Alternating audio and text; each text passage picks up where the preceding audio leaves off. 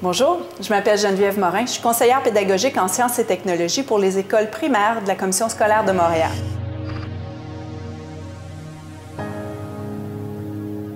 Je vais parler de mon expérience comme conseillère pédagogique en sciences et technologies.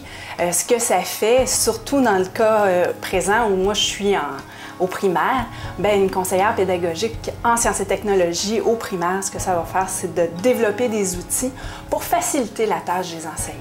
Ça peut être des cahiers qu'on va avoir déjà préparés pour que les enseignants puissent les travailler avec les élèves, des guides d'animation, mais aussi, quand on parle sciences et technologies, on pense toujours à du matériel d'expérimentation.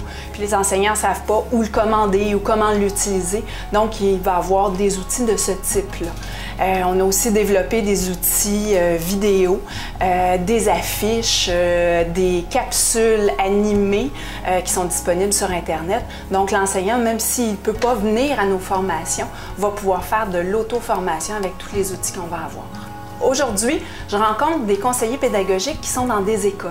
Ce sont, comme les enseignants, des conseillers pédagogiques généralistes, mais ce groupe-là a décidé de s'impliquer un petit peu plus au niveau de l'enseignement des sciences. Une chose que j'entends souvent des équipes avec lesquelles je travaille ou que je lis sur les fiches d'appréciation qui sont remises à la fin des formations, et ça me fait toujours plaisir d'entendre ça, c'est « Ah, la science, c'est pas si compliqué que ça ».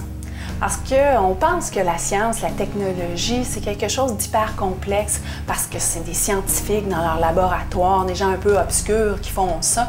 Pourtant, la science, quand on parle de ça au primaire, c'est simplement d'amener l'élève à comprendre le monde dans lequel il vit, de comprendre la nature, de comprendre les étoiles, de comprendre comment fonctionnent les jouets qu'il y a autour de lui.